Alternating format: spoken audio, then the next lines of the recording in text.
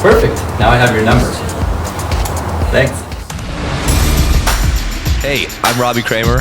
You're listening to the Leverage Podcast, where we discuss using your social skills to hack dating, travel, finding your dream job, and becoming a complete man.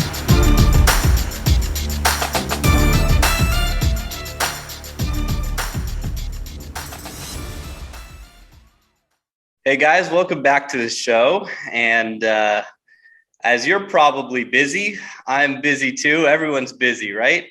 Busy is killing us, and it's kind of the new normal. You know, when someone asks us what we're doing, we tell them, yeah, we're good, but we're busy.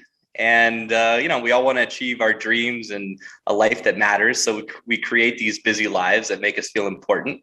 But instead, we often feel stressed out, exhausted, overwhelmed. We have too much to do and not enough time. But it doesn't have to be this way. Our guest today is Garland Vance. He's an author, speaker, and leadership consultant. And Dr. Vance co-founded Advanced Leadership to help overwhelmed influencers and organizations live with purpose, productivity, and peace. And he's also the author of Gettin Unbusy, which Forbes names as one of the 7 books everyone on your team should read. So Garland, thanks for coming on the show. I'm glad you weren't too busy for us. Well, busy's a bad word in my world, so not too busy. Super excited to be here, Robbie. Thanks for having me. Yeah. So tell us, how'd you become an expert on this stuff? Give us your story. Yeah. So in 2013, I went to my doctor with all of these physical challenges that I had never had before. I was having chronic migraine headaches, like 2 to 3 migraine headaches a week that would just knock me out for the remainder of the day. I was having extreme fatigue. I would go to bed exhausted, wake up exhausted, forgetfulness, and just all of these physical challenges were happening. And so I go to my doctor and I said, "Hey, Dr. Tate, what in the world is going on?" And he said, "Garland, tell me about your life." And I said, "Well, it's a good life. It's just really busy." And he had the insight to say, "Well, tell me what you mean by busy." And I said, "Well, I work 50 to 60 hours a week leading this nonprofit that I love." And I said, "I'm married. I've been married. We have 3 kids. Those kids are young. I'm working on my doctorate in leadership. And so that takes 10 to 20 hours a week. I travel about 60 days a year between work and school. Our family's super involved in the community. We're helping our church start up leadership programs. And oh, by the way, my mom passed away a year ago. So we've really scaled back our commitments in the last year just so we could have some space to grieve." And my doctor looked at me and he goes, "Garland, I know what this is." And I was like, "Brain tumor, heart disease. What's he going to tell me?" Right. And he says, "This is stress." And I hated that answer. I got so mad at him because I was like, I don't feel stressed out. And he said, "Well, your head does 2 to 3 times a week when you're having these migraine headaches." And, right. And I said, "Doc, why in the world would I be stressed out?" And he said, "Because you're so busy."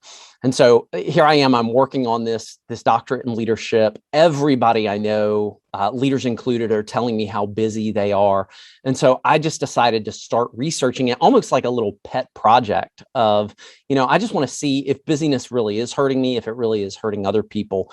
And I just became consumed by this to the point where I did my entire doctoral thesis and dissertation and all that stuff around busyness in leaders and organizations and what it's doing to us.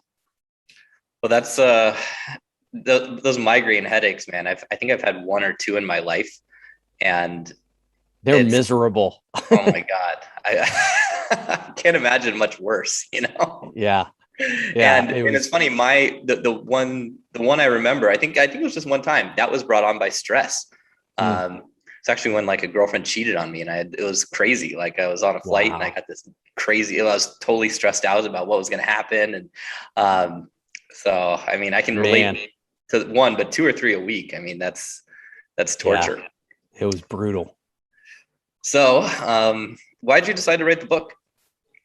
Yeah, so I get finished with my dissertation, get it all approved, and as I kept talking to people, I would, I was coaching with clients, I was speaking at some organizations, and everywhere I would go, people were just saying, like, we need this message out there, because the challenge is everybody assumes that busyness is good, right? We wouldn't brag about it if we weren't, you know?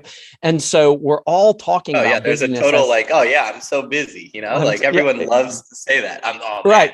I'm so busy with work. It's brutal. And it's annoying when people say that, because you're like, yeah, cool story. We're all busy. Congratulations. Right. But you can't say that. And we brag about it, and nobody else brags about any, most people don't brag about addictions that they have. You're not like, hey, I'm strung out on crack 5 nights a week, or something like that. Nobody else is bragging about those addictions. And so I was talking to people, and I was teaching about it, and what I was realizing is that because everybody assumes that busyness is a good thing, you've almost got to undo these beliefs. And so I was like, I've got to get this out there where people can understand it, where it's not just me going and speaking and, maybe there's 1,000 people there, maybe there's 20 people there. I've really got to get it in a format where it's mass market and people can get their hands on it. Mm-hmm. Got it. So you have an interesting question, which is, what is busyness? And I think I know what it is, but I have a feeling you might have a different sort of answer. So yeah. So I define busyness as an overcommitment to too many good commitments. So all of us have busyness because we have so many good things in our life, right? Like, so for my story, work was good. My family was good. My doctoral work was good. Everything that I was doing was really good. But when you put them all together, it becomes bad. So it reminds me, and I tell this story in the book, it reminds me of my son, my oldest son. At the time, he was about 10 years old, and we went to eat at a sushi restaurant, and my family loves sushi, and sushi is a good thing, right? If you like sushi, it is really, really good. But he ordered this sushi roll that was 2 rolls in one. And normally he would split it with his sister, but she wasn't there that day. And so my son decided to take on the challenge of eating the entire sushi roll by himself.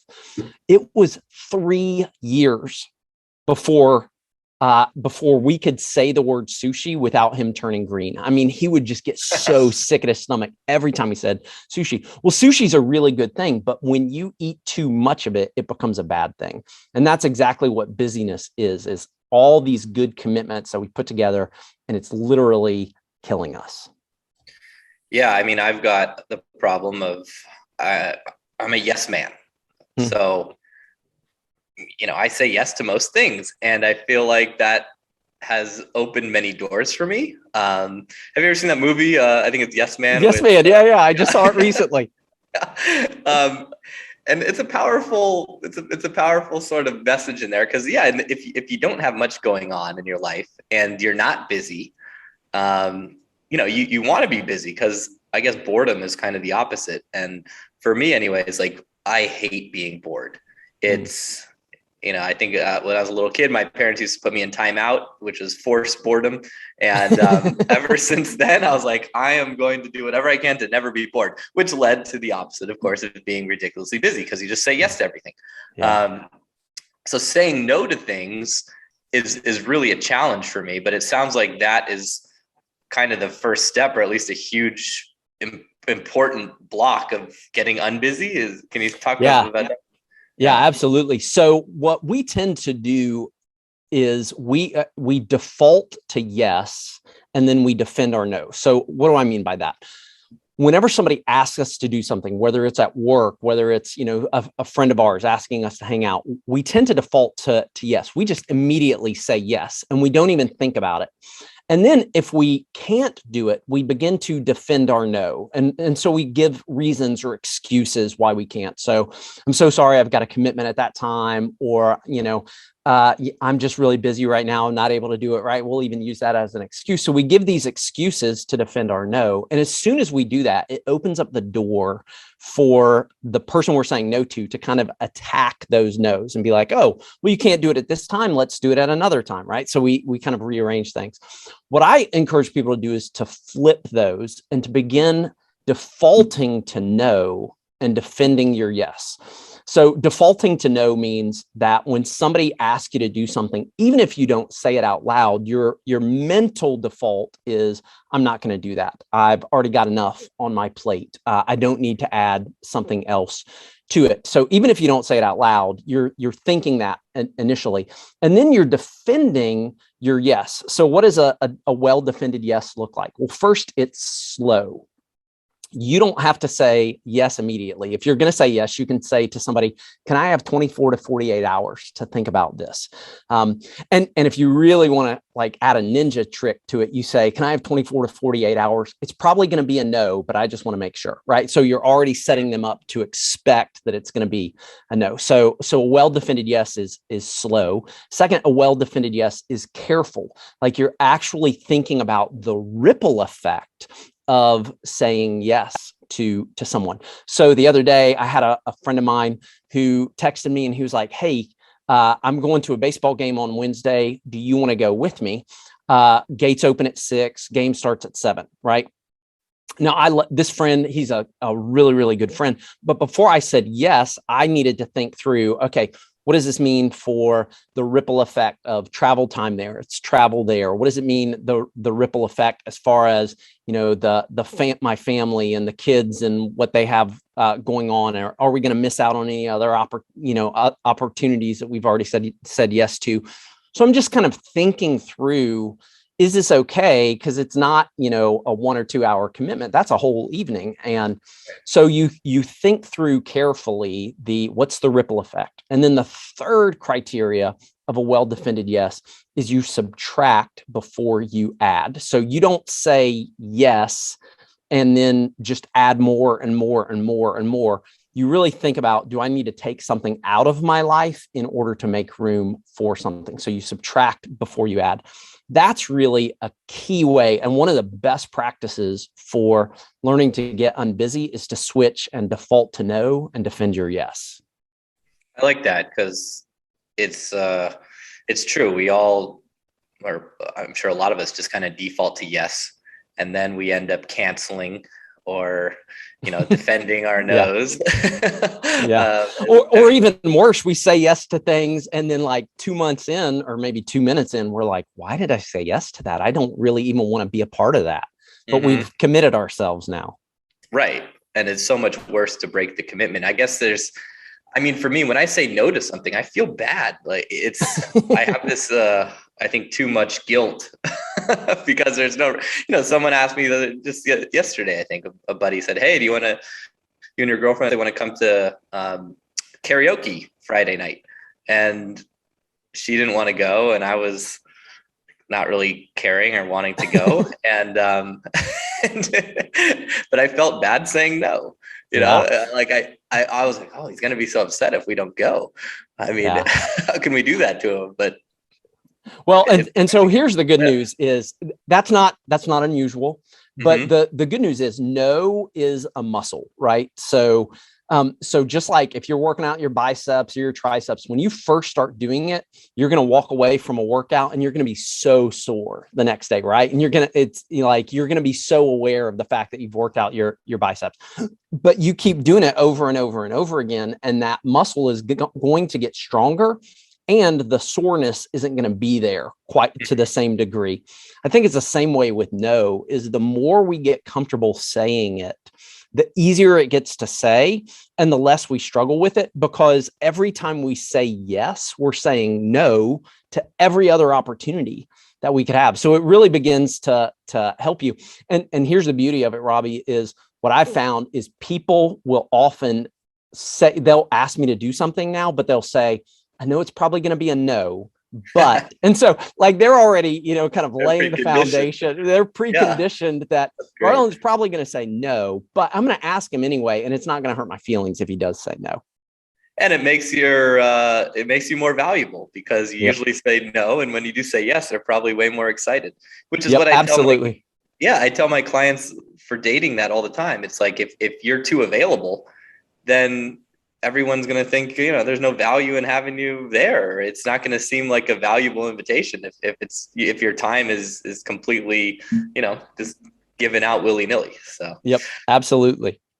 So after you kind of had this diagnosis from your doctor and realized that you were just too busy and the stress was, causing you all of this, physical pain and mental problems, all that stuff. Not mental problems, but the migraine. No, there's actually a ton of research around what busyness does to our minds, and it creates a lot of problems. So that's an accurate statement. Okay, good. So how did you start the process of getting unbusy? Because you've got kids, you have a family, you have your career. It's so difficult to like remove things. Yeah.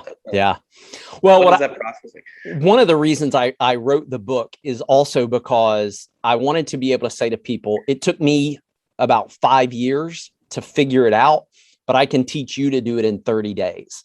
And so for me, it was a lot of experimentation. First, I had to read a ton about, is busyness really all that bad? And came across so much research on what it's doing to us physically, mentally, emotionally, relationally, what it does to our productivity, what it does to entire companies and organizations.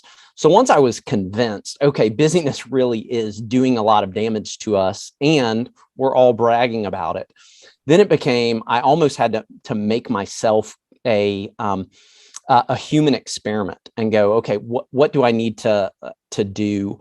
And so I just started trying things out. And as I was trying them out, I would reflect on those. I would talk to other people about those. And what emerged, and unfortunately for me, it took about 4 to 5 years. But what happened is this really simplified process came out of, first, you need to deconstruct, right? You need to deconstruct. Before you go into the process, I wanted to ask you, because you mentioned some things that are like, can you tell us more about what it's actually doing to us? Because absolutely. For beyond what you said, I'm curious. You go. Yeah. Well, I tell you, specifically for your audience, let's talk about what it does to us physically and what it does to our relationships. Okay. Mm-hmm. So I think those are two really important ones. So physically, whenever we encounter stress of any kind, adrenaline and cortisol get released. That's from the sympathetic nervous system. Okay. So adrenaline is there. That's the fight or flight. And cortisol is there. And what cortisol does is it prevents us from, it has a couple of effects. One is it prevents us from thinking long-term. And so the second is it causes all of our energy to divert from the unnecessary systems in our body to the necessary systems. Now, this makes a lot of sense if the stress is really, really real. So a few months ago, I was walking through the woods of North Carolina with my wife, and we ran across a black bear. Very stressful situation, right? This thing could attack us, kill us, hurt us, maim us. And so adrenaline and cortisol get released, and those things give you the energy that you need to deal with the stress. But about 3 or 4 hours later, your parasympathetic nervous system kicks in and it washes all of that adrenaline and cortisol out of your body so that you can recover and then be ready for the next stress. Now, what does this little physiological and biological explanation have to do with anything? That's how our bodies are designed to respond to stress. Well, busyness, as this overcommitment to too many good commitments, is constantly creating little bursts of stress, which release adrenaline and cortisol. But because we're busy, our bodies never have the time to recover, to go into that parasympathetic nervous system. So what's happening is we're constantly releasing more adrenaline, more cortisol. And there's been 26 or more different diseases or physical problems that have been connected to overexposure to adrenaline and cortisol. So chronic fatigue, headaches like I was having, muscle tension. It has everything from early onset heart disease, colitis, diverticulitis, all of these challenges that are coming physically. Not to mention, cortisol is one of the biggest causes of belly fat. If you're in the dating scene, nobody wants, you don't want that enhanced, right?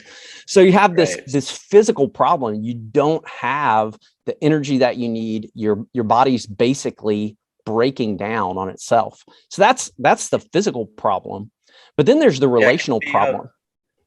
That constant process of having these chemicals released into your body, and then you don't have time to deal with them, or you don't have time to get back to equilibrium, I guess, because you're so busy, as you said. It's just on the next one, and that feels good to people, I think.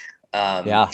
I used to work at a startup private equity firm, and our boss, he said, you got to come in at 9 and you leave at never. And Oh gosh. just, giving us so much work that we were so busy, and it just felt like it was never boring, but it was just so much like stress, because every time it's like, here, and there's this fire and this fire, you're just constantly putting out fires. And it's just this roller coaster. And I gained a bunch of weight over the 3 years I worked there. I put on like 35 pounds, I think. And wow, it was not a happy time in my life. So yeah. And I mean, it just does so much damage to us physically. Weight gain, like you're pointing out, weight gain, so many problems. And then there's the relational one. And I think this is really important in the dating world is, one of the things that's connected to busyness is what's known as depersonalization. So depersonalization is when we begin to dislike the people that we should care about the most. And so depersonalization begins to happen when we're so busy that when a person comes to us, ask us for help, want something from us, we resent them for their neediness. And so I'll tell you, nothing will kill a dating relationship faster than depersonalization, right? Like if you begin to resent the person that you care about the most, or the person who you're trying to win over, then that's going to backfire on you really, really quickly. So that's just a couple of the effects of busyness. Right. Yeah, I've definitely been guilty of that before, where, you always kind of neglect the people that are closest to you. So whether that's your girlfriend or your mom or your sister or dad or whatever, they're going to forgive you when you're busy. So you just brush them off. You say, I'm busy. And then pretty soon we did it when my kids were young and I was at my busiest. I hadn't been diagnosed yet. We did this retreat where we went away and we wanted to identify what our family life family purpose statement was. Okay. And so one of the exercises that we did with our kids at that time was we said, what are the phrases and the sayings that we use all the time in our family? And one of my kids got really excited and they were like, I know. I said, what? She goes, it's go, go, go. Like anytime we're trying to get out the door, go, go, go. And you say it mean. And she was like, you say it mean and you're aggressive with it. I was like, oh, that is, and that's depersonalization. Is I don't care about you as a human being. We've got somewhere to go, get out the door and get in your car seat or wherever it is you're going. And it's totally dehumanizing. Yeah. That's cool that you guys did that retreat. Hopefully. Yes, we learned a lot that retreat. It was really good. Yeah. The go, go, go is something I say a lot to my clients, but usually in a different sort of context. Like they see a girl they want to approach, go, go, go. So nice. That's better than I think you guys got rid of it or stopped. Right. Yours is much better than mine. Yeah.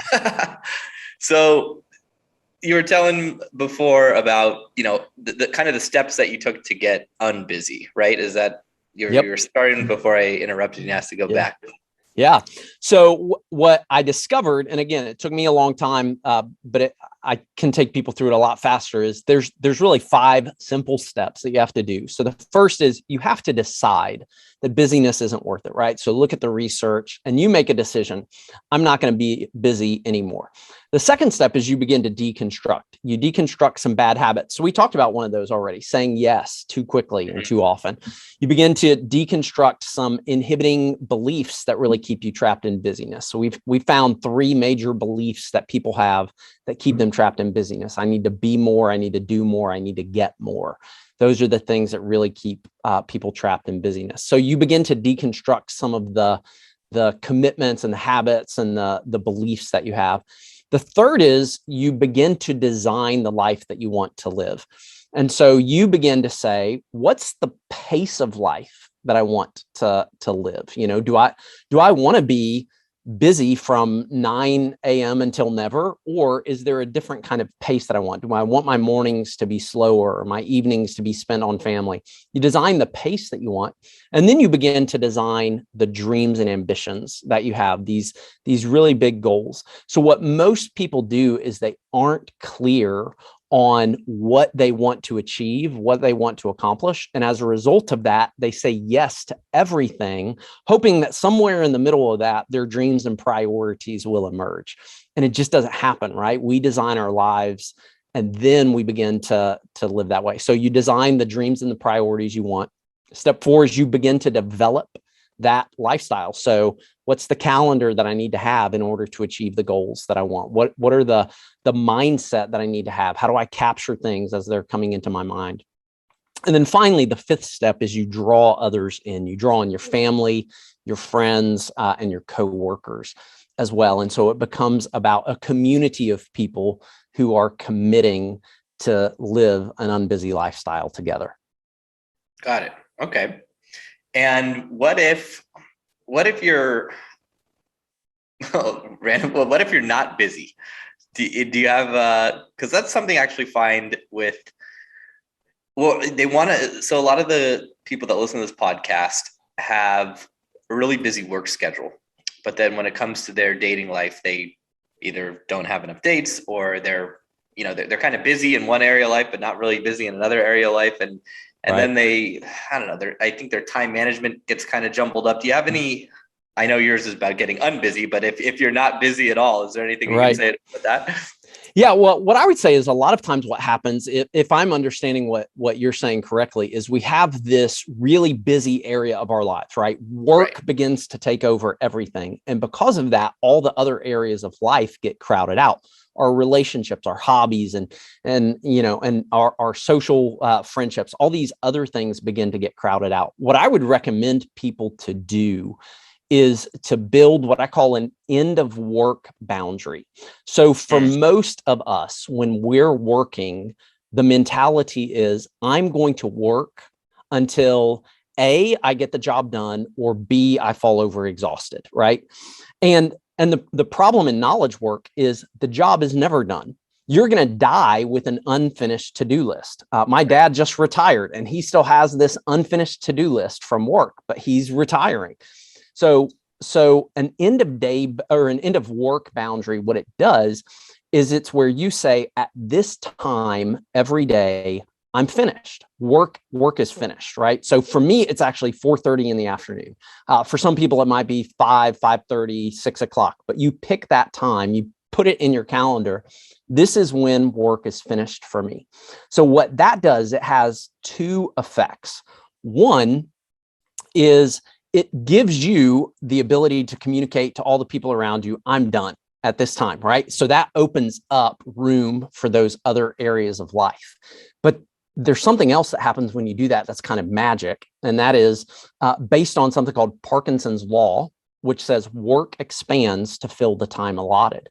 What happens is you'll actually be able to get more done or as much done in that time as you were before. So when I was going through getting unbusy, I went from working 60 hours to working 42 hours a week in a couple of months without losing any productivity. I was still getting the same amount done, but I had way more energy for all those other areas of life. So that's what I would really encourage somebody to do if their work is overflowing. Build an end of work boundary and turn it off.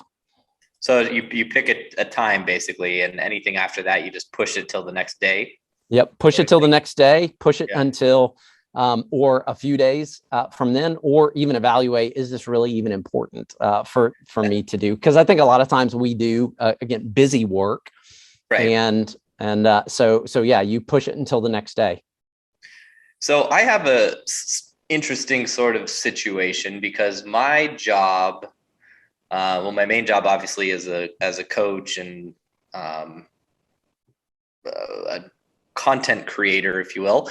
I don't work specific hours. I have clients kind of all the time through my ongoing coaching program, and they're from all over the world. So they're going to message at all points of the day in our group. So I'm kind of like always on call for a question. It's not a big deal if I don't answer it immediately because I have other moderators and other people who are, very qualified to answer. But there is sort of this idea that I'm never not at work.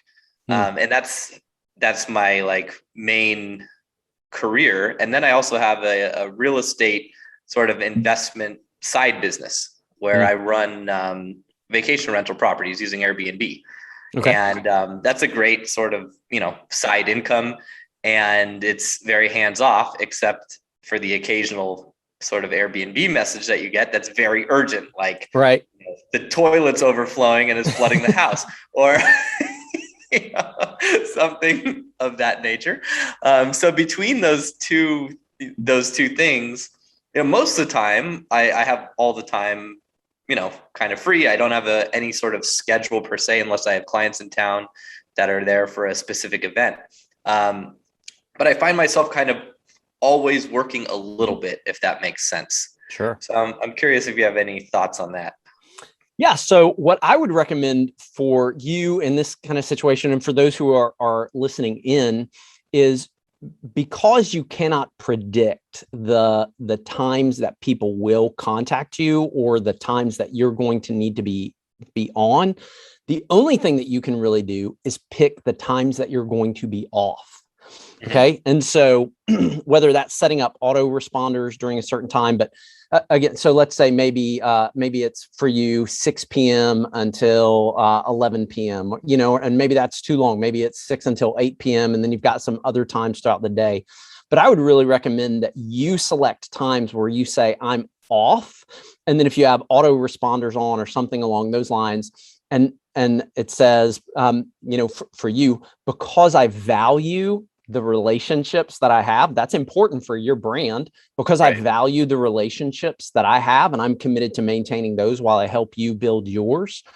I will not be able to respond to you until this time at night. So that way, mentally, you can disengage and your clients know that you're focused on the very thing that you're helping them do. Right. Yeah, that's great advice. And and you might not be able to do it with Airbnb, but I think you also know, like, there are emergencies in life. Well, I have an assistant. Okay. Right. I have an assistant who helps me with those things. So I think it would be more about kind of goes back to communication and creating, a boundary with her, which is like, during this time, this is your problem. And you tell me what time you need, and then it'll be my problem. Sort of thing. Yeah. So it sounds like, and you can even work out with your, you could even work out with your assistant this, a communication boundary, which says, if this is an emergency that you can't handle during this time, send me a message, but it has to say emergency at the top. And that way, hey, if I see that word, then I got to pay attention. Right. Yeah, that's great. It seems like there's, a lot of power in outsourcing, of course, but I've found a lot of time outsourcing or getting, other people involved to help you to get unbusy can make you more busy. Because now, instead of doing that work yourself, you're communicating what needs to be done, but that's not something I'm very good at. I'm horrible at delegating work. I don't know. It's just really not one of my strong suits. So I end up feeling like, well, it's going to take me more time to delegate this. I should just do it myself, sort of thing. I don't know if you ever ran into any sort of problems like that for yourself or anyone else. Yeah, absolutely. I totally get that. And I think a lot of high achievers really struggle with that. And it's almost like shifting your mindset. When you start investing money in things, you have this shift of mindset where you're like, I'm not giving up money. I'm delaying the use of money until a later time. And in the same way with delegation, and I still have to go through it pretty regularly, of like reminding myself, yes, I could do this myself quickly, but if I do it 1,000 times very quickly, that's different than if I do it one time or 2 times very slowly with somebody I'm giving this to. Like, there's just an ROI there that is so much more. So I have to like mentally remind myself of that almost every time I'm delegating, like, okay, this is actually good for me to do this because it's going to free up time in the long run. Got it. That makes a lot of sense. I like that ROI analogy. And the return on investment, of course, because you just have to come to terms with the fact that you're going to do it slowly when you're training someone, and then you don't have to do it anymore. So yep. And then they're probably gonna have questions. It's gonna feel real bulky and slow, but at the end of, whatever that is, whether it takes them a week to learn it, a month to learn it, at the end of that time, the ROI is great. Right. So what are the best practices of, highly productive people who aren't super busy, unbusy, as you say? Uh-huh. Yeah. So what the research showed is that there's 4 best practices of highly productive, unbusy people. And they all start with R. Okay. It's relationships, recreation, rest, and reflection. So what we discovered is that for most people, when they think of relationships, recreation, rest, reflection, they try to cram those into their calendar somewhere. They're like, oh, I'll see, and so these are the people who say, I'd love to get coffee with you. It's just going to be 6 to 8 weeks, right? This, like, they're just trying to cram things into their calendar. But highly productive, unbusy people make time first for those 4 things. So relationships, there's 2 types of relationships that are really important. It's your most important people, right? Your fiance, your family, things like that. But then there's also your most energizing people. These are the people who you're around, and whenever you're around them, like, you just feel more alive as a result of it. So making time for those relationships first and build everything else around it. Second is recreation, things that you love to do. So I don't know if you can see behind me, but I'm a hat collector. And so I love collecting hats with what I think are cool logos or unique colors. So for me, one of my recreational activities, things I love to do for the sheer enjoyment of doing it, is just looking at hats and researching them and finding them and creating lists of them and which one am I going to get next. That's a recreational activity for me. So you build that recreational activity into your calendar first.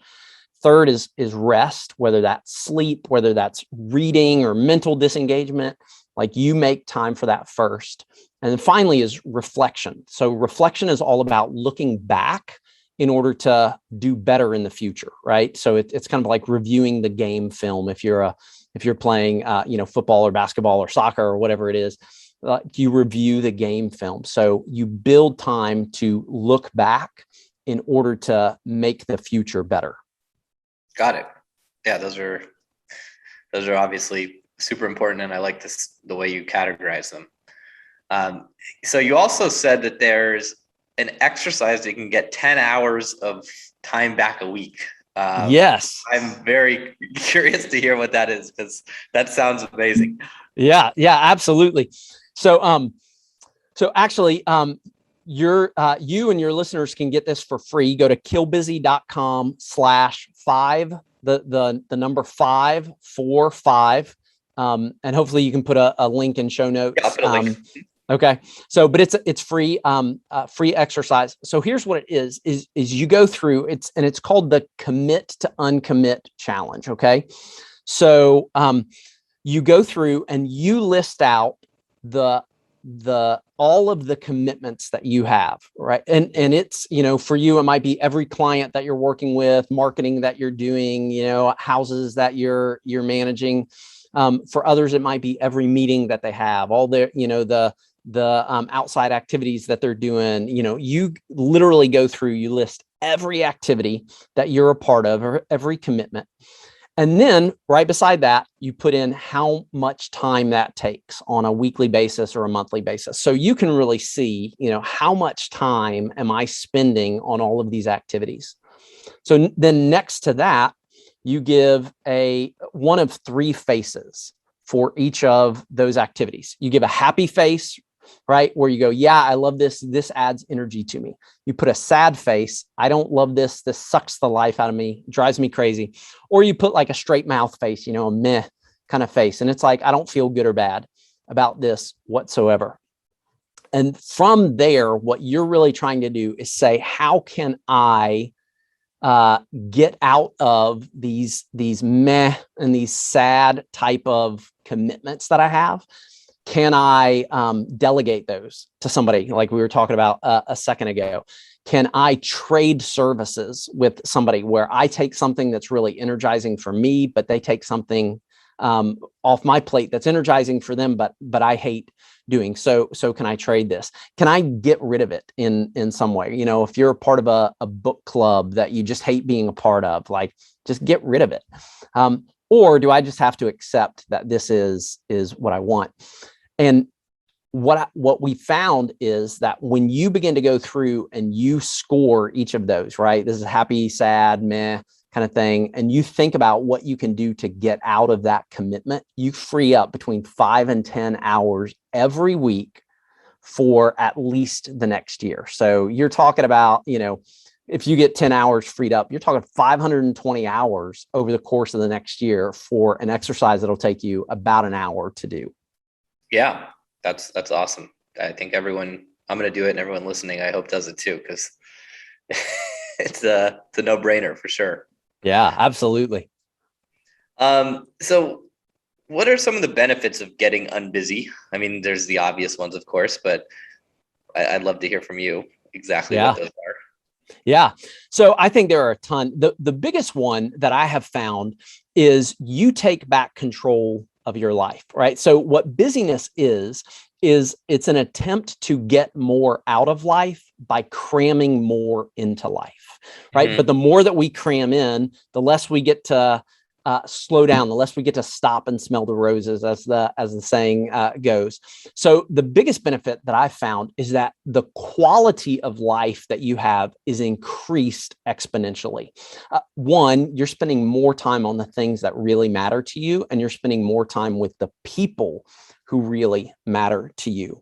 But the other thing that does is it opens up opportunities for you to go after some really big dreams and goals that you have that normally feel like you just don't have enough time to do those. So, I mean, that's what's been crazy for me is, in the course of a few years, writing a book and starting to run half marathons and I take 1 day a week to go on a date with my wife, not like a date night, a date day, a full date day, starting our own business, but only working 4 days a week for it. I mean, all of these things that I think a lot of times people would say, man, I'd love to do one of those things over the course of a decade.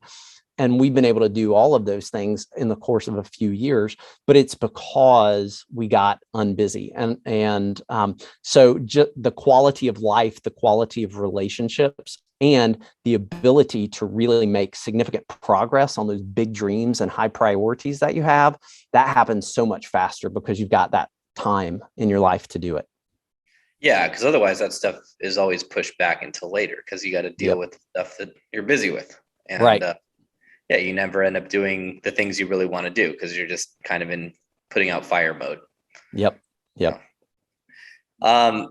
Is there anything else that, I feel like I should ask you, but I haven't yet? or that I don't know that I should ask you? No. Well, here's one thing I'll say. I always like to say that when we brag about how busy we are, but complain about how stressed out we are, it's the same thing as bragging that we smoke 2 packs of cigarette a day, but then complaining that we have lung cancer. Like it just doesn't add up. And so I would just really encourage, if you're listening to this, make that commitment, decide busyness isn't worth it. I'm done with it. And now let's figure out how to beat it. Yeah, I love that because it's such an addiction. To people love, saying they're busy or, feeling busy. And that's a great analogy. So Garland, where can people find you? Where can we get the book and how can you help us get unbusy? Yeah.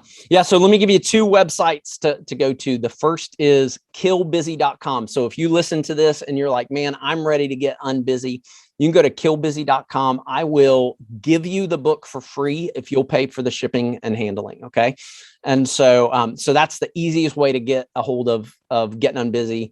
The second one that I would recommend people go to is AdVanceLeadership.live. So in AdVanceLeadership.live, that's my company's website, and we help businesses and entrepreneurs stress less and accomplish more by beating busyness.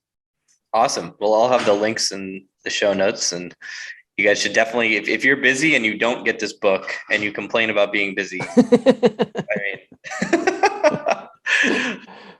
I have no sympathy for you. So, Garland, it's been quite a pleasure to have you on, and thank you so much for sharing all your wisdom with us. And super valuable. Thanks so much. My pleasure, Robbie. Thank you. Thanks for listening. If you want more, go to innerconfidence.com and don't forget to subscribe to this podcast for the latest episodes.